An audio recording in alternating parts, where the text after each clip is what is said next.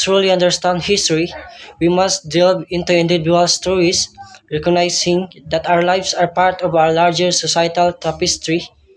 Studying a life history is not an easy task. It requires identifying the various factors that shape an individual.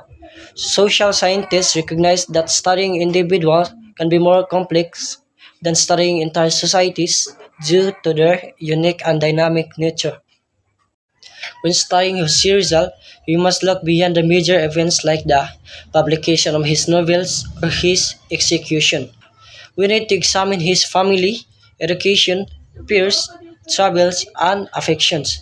Understanding his personal context is crucial to understanding his impact.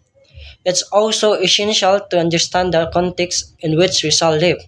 What were the characteristics of Calamba, Laguna in the 19th century? What was the most common livelihood? Was it a rich, progressive municipality? These questions provide valuable insights into Rizal's childhood and family.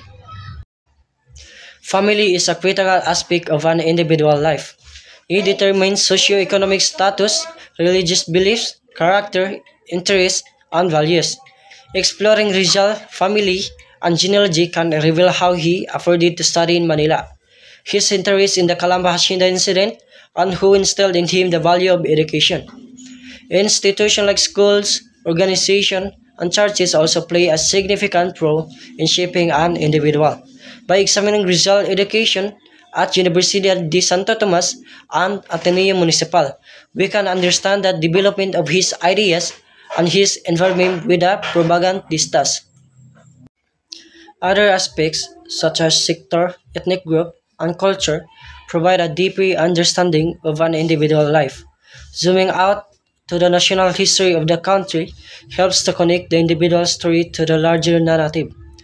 Understanding this seemingly mundane aspect of an individual life provides historians with insightful information. It allows us to connect the dots and make sense of the individual's life in its entirety. Now, reflecting on all of this, I come to a profound realization. It's clear that understanding the lives of individuals like Rizal isn't just an academic exercise. It's a deeply human endeavor. We must recognize the multitude of influence that shape of a person, their family, their community, their education, and the broader socio-political context in which they live.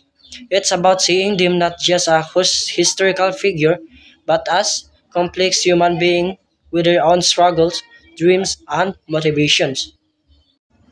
This approach fosters